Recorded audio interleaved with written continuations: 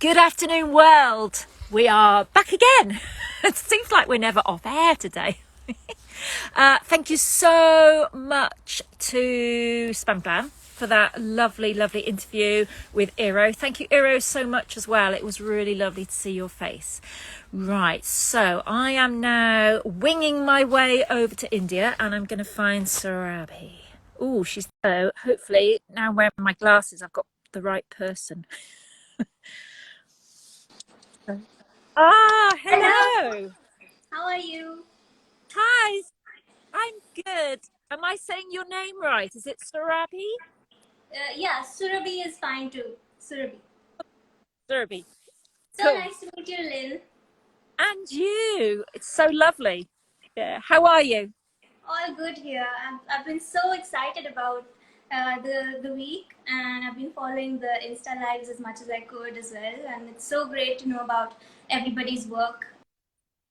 It's really lovely because I've been sort of posting up on Instagram for a couple of years now, and it's so nice to see people's faces and chat to you all, and opportunity to really sort of showcase our work to the world. So yeah. Which part of India are you in? So I'm in Northwest, and I'm in the city of Chandigarh in Okay. Punjab, in the state of Punjab. Lovely. Yeah. Yeah. And what time is it there at the moment? So it's 5:30 p.m. Okay. It's in the evening, early evening right now. So It looks a bit cloudy you for had you. most of your... Yeah, it was really sunny and warm first thing this morning when we started, and now it's getting a bit cool. I may Yeah, have to find a jumper. Yeah, yeah. there's How's your there's weather? a lot of variety in the weather during the day. Yeah. Yeah. Cool.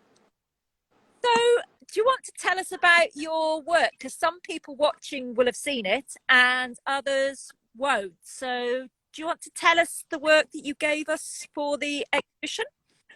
Right. So I gave three of my pieces that I thought challenged preciousness or challenged the perception of preciousness, especially in my context. So the first one was future heirloom. This one I was wearing it right now. So it's just something that came up while I was electroforming. I was creating these dome shapes and then I was electroforming them.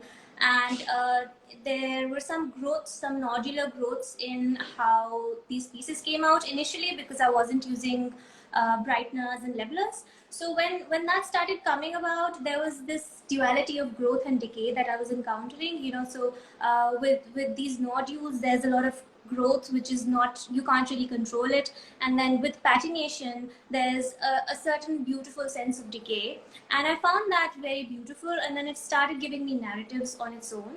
So this one, with this one I wanted to say that when you wear an heirloom in your ring finger, it's something that people keep for their future generations, or it's like an heirloom piece.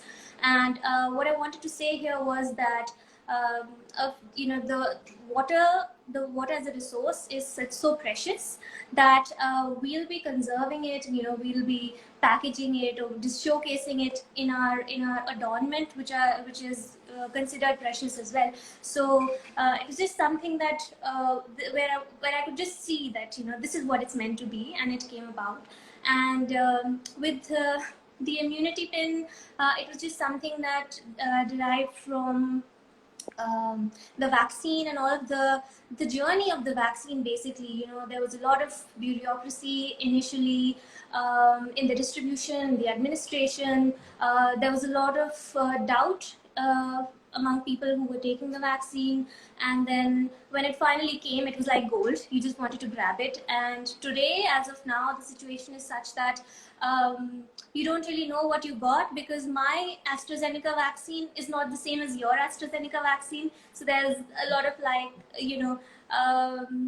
confusion over there. And so I just wanted to create something out of that context. And it was derived from, the immunity pin that they wear in MasterChef Australia. And in the other MasterChefs as well, it's like a badge of honor. I've been vaccinated, but then, Okay. yeah.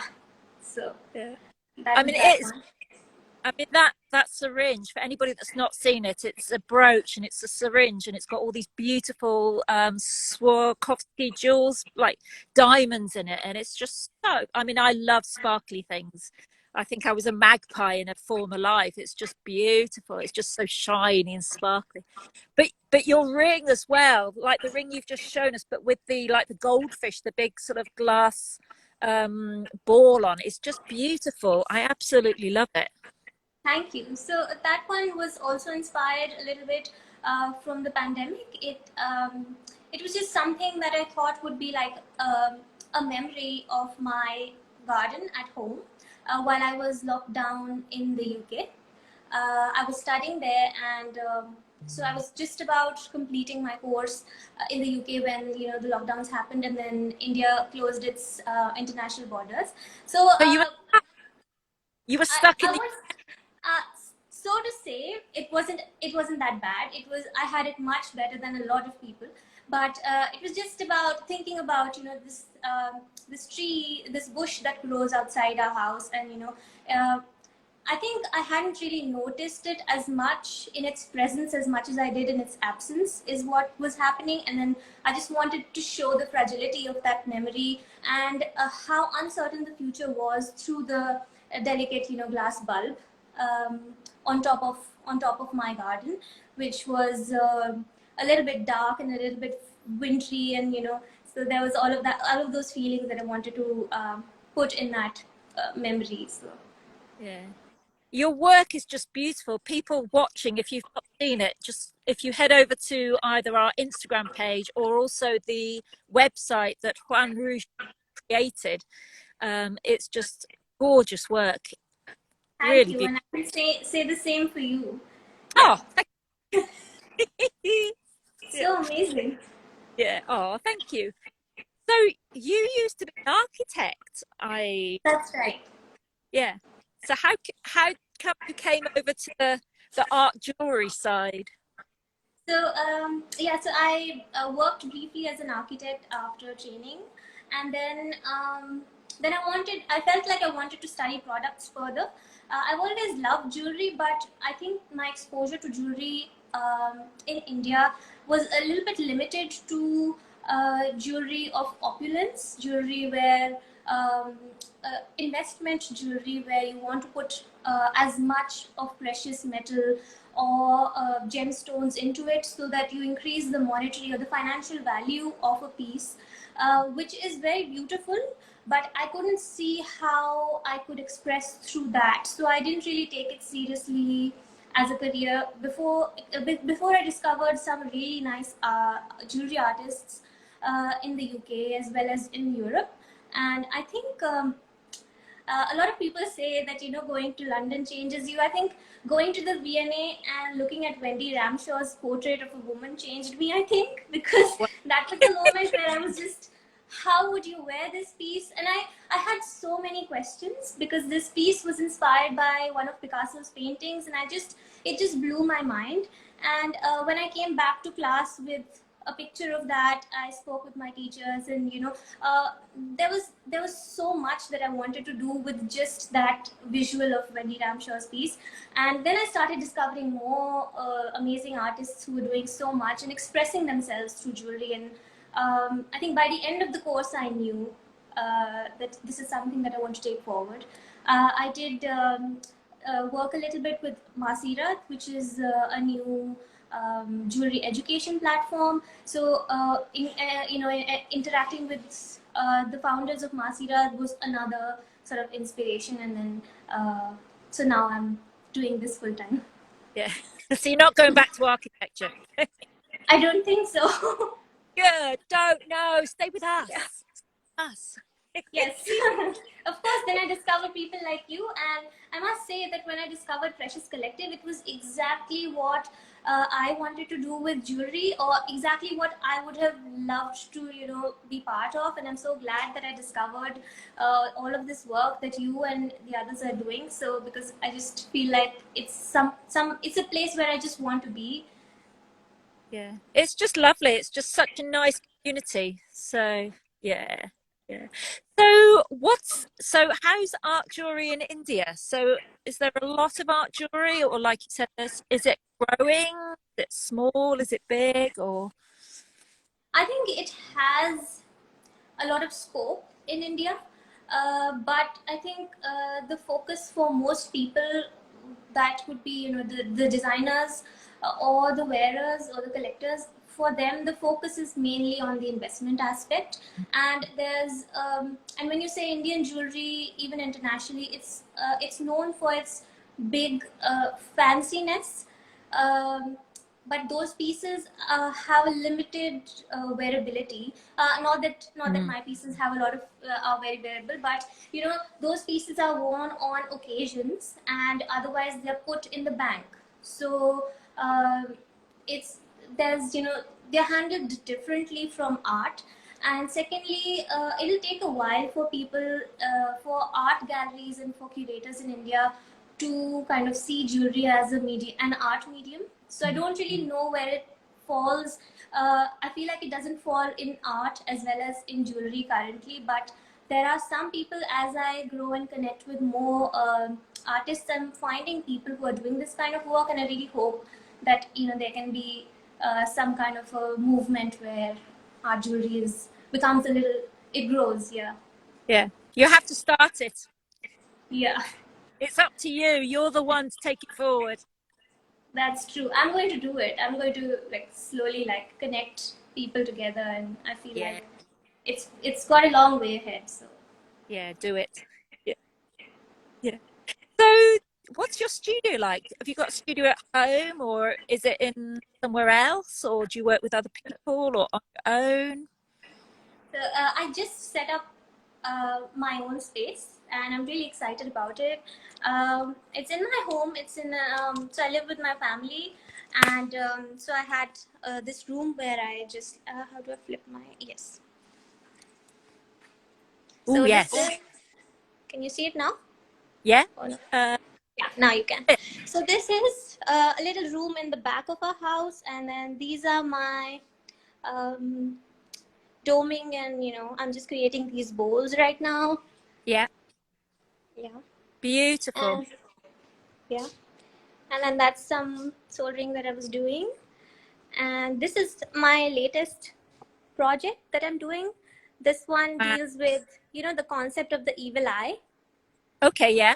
Yeah. Yeah. So I'm researching the evil eye. It's like a research project right now, and so I'm making 99 evil eye interpretations of my Wow. own. Yeah, and Nice. so just looking at, yeah. So I think these are about the first 30 of them,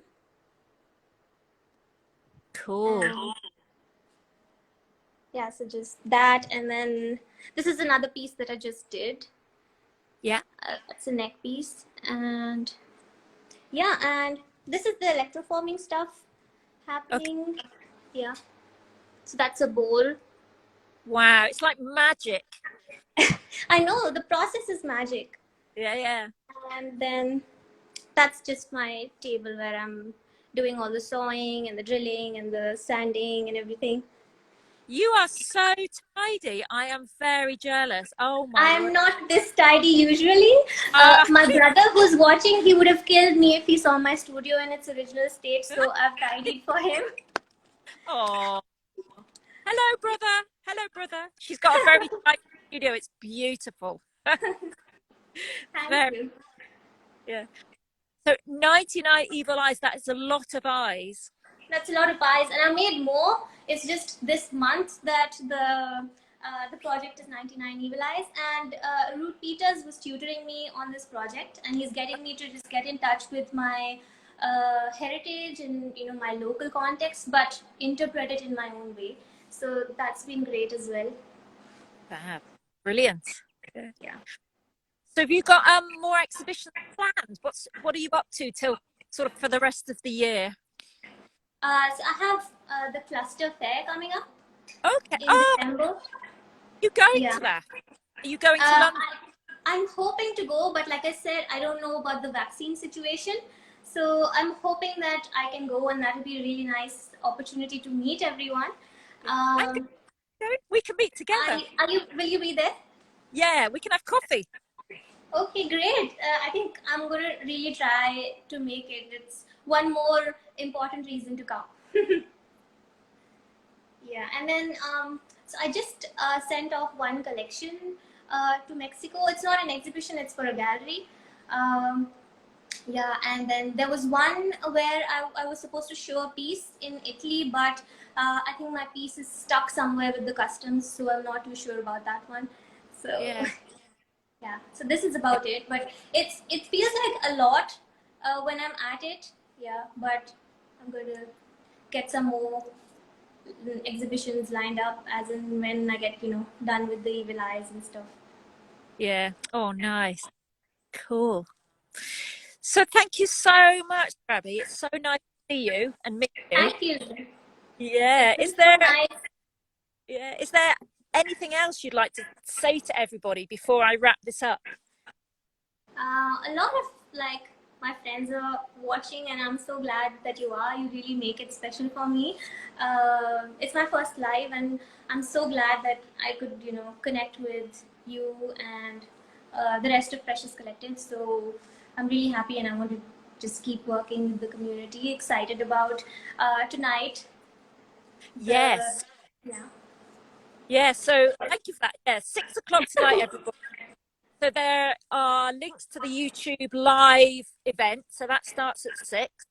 And then we're going to attempt to have some big mass Zoom session afterwards. There'll be a link for that as well. But at 6 o'clock, you'll be able to see everybody in the exhibition, their work, little videos that everybody's put together. And the amazing Spam Glam was the driving force behind that. So she's done amazingly. So that's very exciting. So, oh, thanks, Surabhi. That's so lovely to see you and speak Thank you, to you. Lynn. It's so nice talking to you as well. And yeah, all right. Well, you have a lovely rest of your day, and thank you again. Yeah, All right then. See and you in the maybe. next live.